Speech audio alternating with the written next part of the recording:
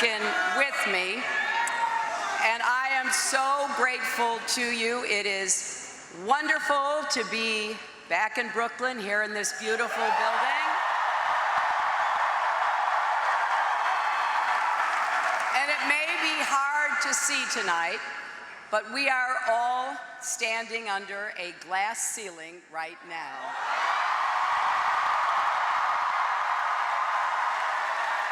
But don't worry, we're not smashing this one. Thanks to you, we've reached a milestone. The first time in our nation's history that a woman will be a major party's nominee for the President.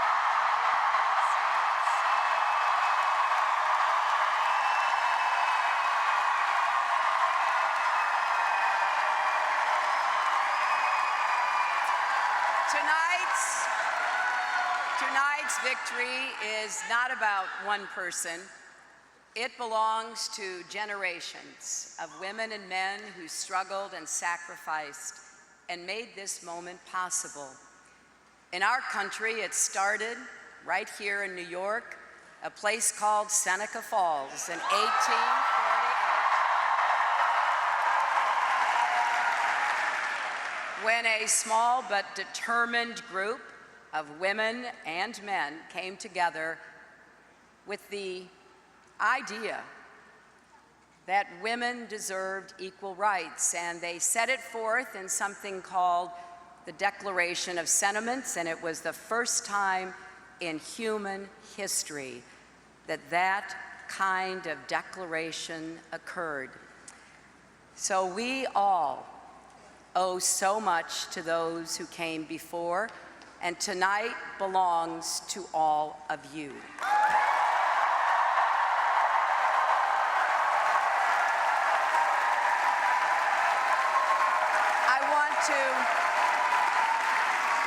I want to thank all the volunteers, community leaders, the activists, and organizers who supported our campaign in every state and territory.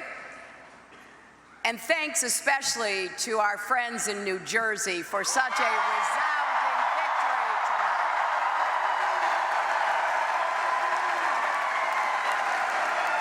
Thanks for talking to your neighbors, for making contributions. Your efforts have produced a strong majority of the popular vote, victories in a majority of the contests, and after tonight, a majority of pledged delegates.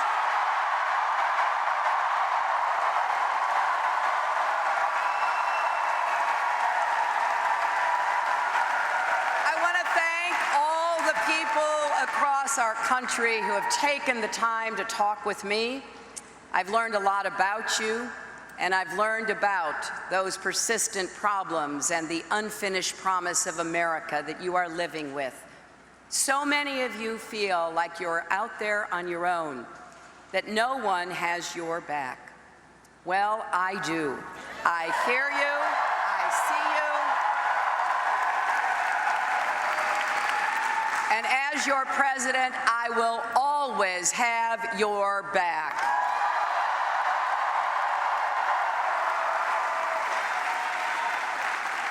I want to congratulate Senator Sanders for the extraordinary campaign he has run.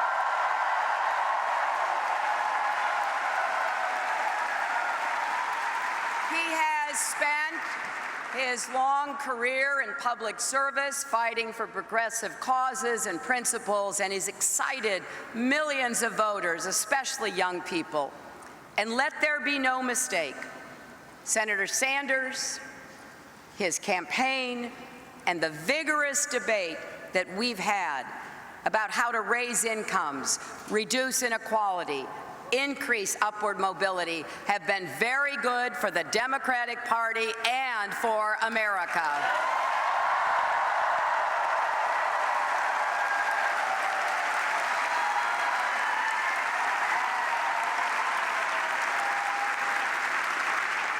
This has been a hard-fought, deeply felt campaign.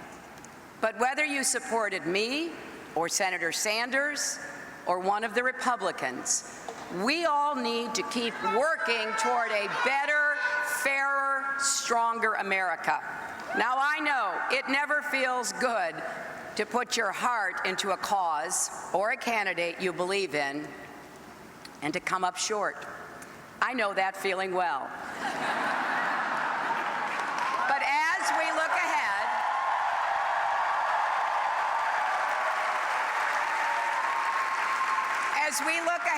to the battle that awaits, let's remember all that unites us.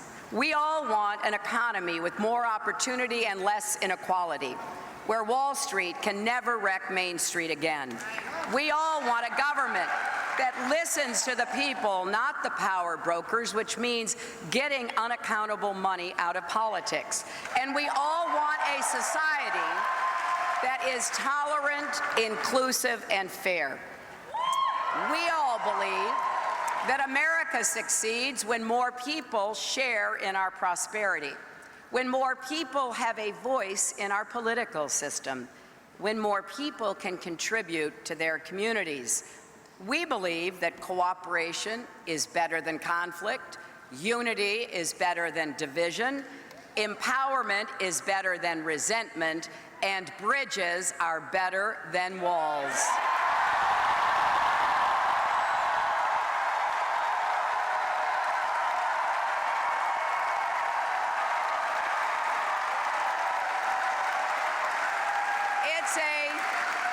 It's a simple but powerful idea.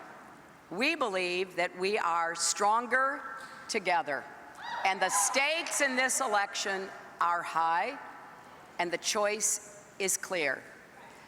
Donald Trump is temperamentally unfit to be president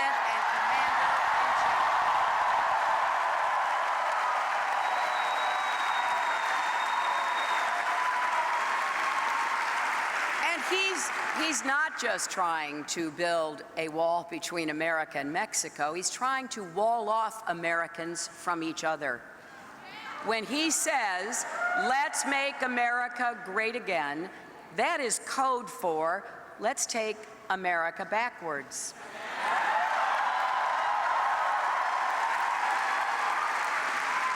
Back to a time when opportunity and dignity were reserved for some, not all, promising his supporters an economy he cannot recreate.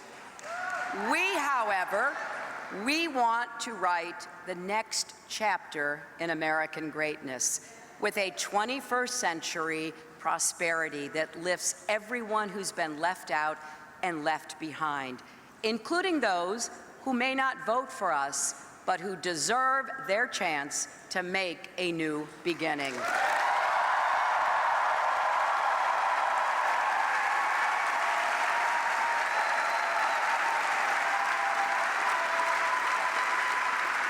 When Donald Trump says a distinguished judge born in Indiana can't do his job because of his Mexican heritage,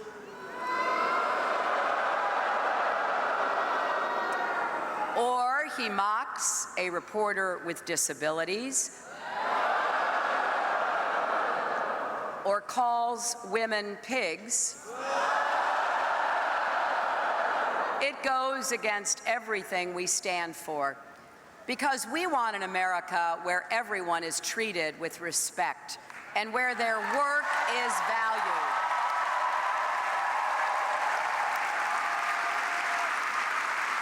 It's clear that Donald Trump doesn't believe we are stronger together. He has abused his primary opponents and their families, attacked the press for asking tough questions, denigrated Muslims and immigrants.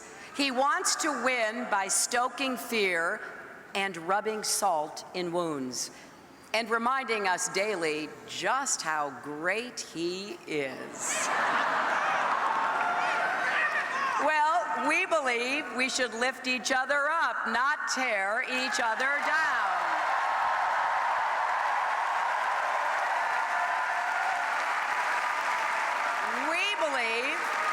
We believe we need to give Americans a raise, not complain that hardworking people's wages are too high. We believe we need to help young people struggling with student debt, not pile more on our national debt with giveaways to the super wealthy. We believe we need to make America the clean energy superpower of the 21st century.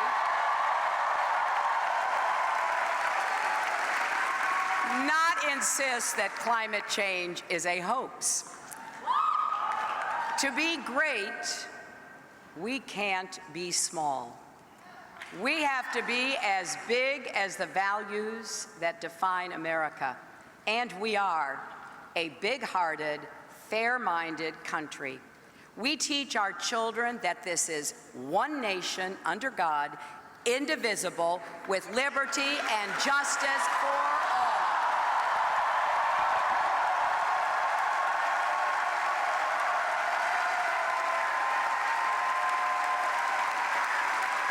Not just for people who look a certain way, or worship a certain way, or love a certain way.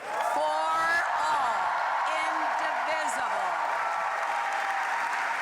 This election is not, however, about the same old fights between Democrats and Republicans. This election is different.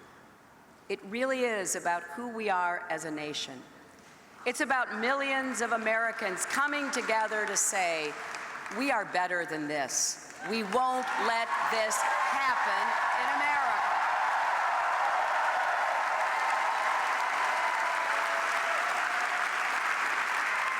And if you agree, whether you're a Democrat, Republican, or independent, I hope you will join us. In just a few weeks, we will meet in Philadelphia, which gave birth to our nation back in that hot summer of 1776. Those early patriots knew they would all rise or fall together. Well, today that's more true than ever. Our campaign will take this message to every corner of our country. We're stronger when our economy works for everyone, not just those at the top, with good paying jobs and good schools in every zip code, and a real commitment to all families and all regions of our nation.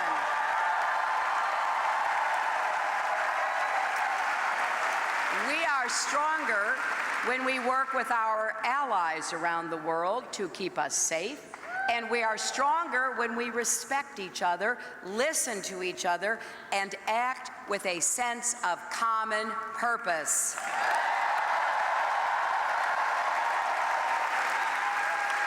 We're stronger when every family and every community knows they're not on their own, because we are in this together.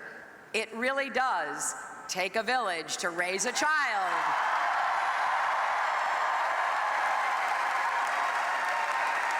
And to build a stronger future for us all.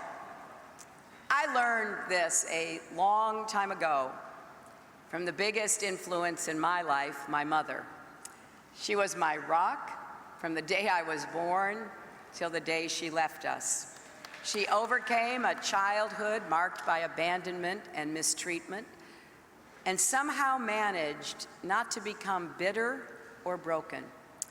My mother believed that life is about serving others, and she taught me never to back down from a bully, which it turns out was pretty good advice.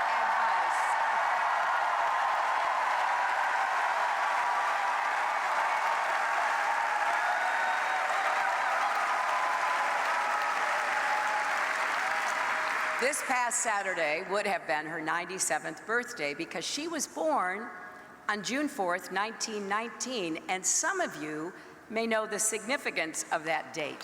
On the very day my mother was born in Chicago, Congress was passing the 19th Amendment to the Constitution.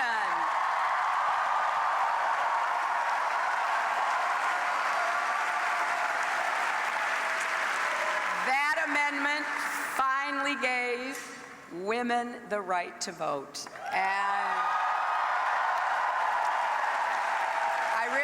I really wish my mother could be here tonight. I wish she could see what a wonderful mother Chelsea has become and could meet our beautiful granddaughter, Charlotte. And of course, I wish she could see her daughter become the Democratic Party's nominee.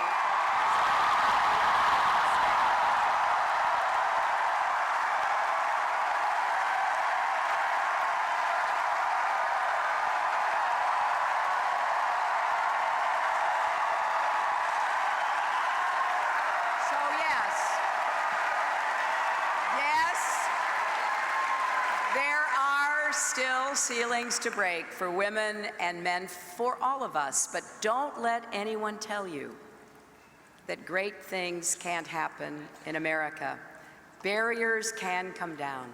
Justice and equality can win. Our history has moved in that direction, slowly at times, but unmistakably, thanks to generations of Americans who refuse to give up or back down. Now you are writing a new chapter of that story. This campaign is about making sure there are no ceilings, no limits on any of us, and this is our moment to come together. So please join our campaign, volunteer, go to HillaryClinton.com, contribute what you can. Text JOIN, J-O-I-N, to 47246. Help us organize in all 50 states.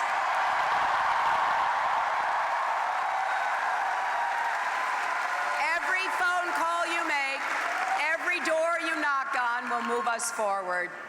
Now I'm going to take a moment later tonight and the days ahead to fully absorb the history we've made here.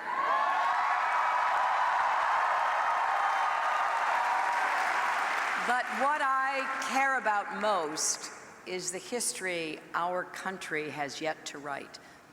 Our children and grandchildren will look back at this time, at the choices we are about to make, the goals we will strive for, the principles we will live by.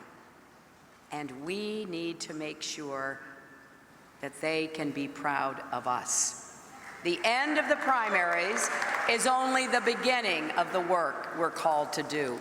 But if we stand together, we will rise together because we are stronger together. Let's go.